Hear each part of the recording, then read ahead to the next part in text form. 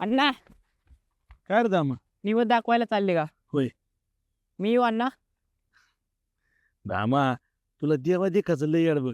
आमच्या अनिकेतलं म्हणलं का नाही चल, तर तो काही येतच नाही. तू चल. चला. दर अमावस्येला मसोबाला निवड दाखवायलाच लागतो का? आता आपण दररोज खातो म्हणलं त्याला नको खायला.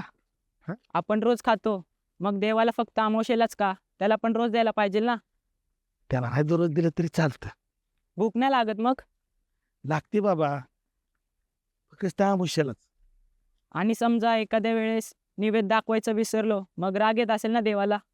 अरे दामा, आपल्या आई बापाला आपला कधी राग येतो का रे? नाही ना. आपल्याला त्यांनी घडवलंय म्हणल्यावर त्याला कशाचा आपला राग येईल? आई बापांना लेकरांचा राग येत नाही, मग माझा बाप का सोडून गेला मला?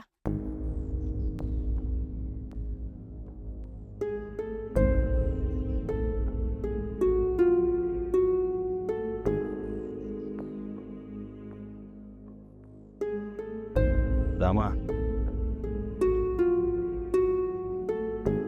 चल.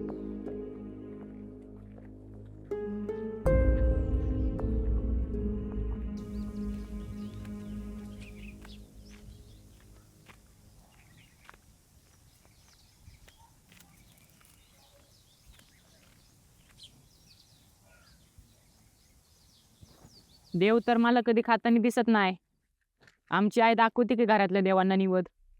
दुसऱ्या दिवशी ते आई असेच असतात. मग मीच खातो आईपासून लपून त्यांना. आईला सांगू नको बर का, नाहीतर आईले मारीन मला. नाही सांगत बाबा. कधीपासून हा देव इथे? अरे ती मला पण ठाव नाही. मी माझ्या आजा संग येत होतो.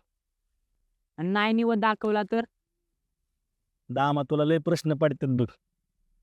आता हे बघ, हे देव आपल्या शेताची राखण करतो. त्याचं काय आपण त्याला पैसे देतो का? नाही ना व. मग हे निवद आपलं प्रेम म्हणून त्याला द्यायचं असतं. शेताची राखण करतो म्हणजे नेमकं काय करतो? सांगतो तुला. लय वर्षापूर्वी शेतकरी जेव्हा शेती करत होता ना, तेव्हा लय मेहनत करून बी पीक येत नव्हतं.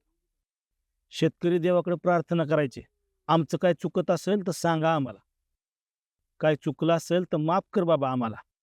तरी पण काय पीक येत नव्हतं. एके दिवशी काही शेतकऱ्यांना रातची वावरात पिकाचं नुकसान करताना भूतं दिसले. ती भूतं होती, शेतकऱ्यांना काहीच करता नाही आलं. पीक न आल्यामुळं सगळीकडे भूकमरी पसरली. लोक मरायला लागली. लोक परत देवाचा धावा करायला लागली. आणि मग त्या शेताची राखण करायला म्हसोबा देव पृथ्वीवर आलं. आणि त्यांनी सगळ्या भूतांना पळवून लावलं. आणि मग त्यांनी लोकांना सांगितलं, आजपासनं तुमच्या वावराचं आणि गावाचं रक्षण मी करणार. तेव्हापासून शेतकरी आपल्या बांधावर म्हसोबाची पूजा करायला लागला.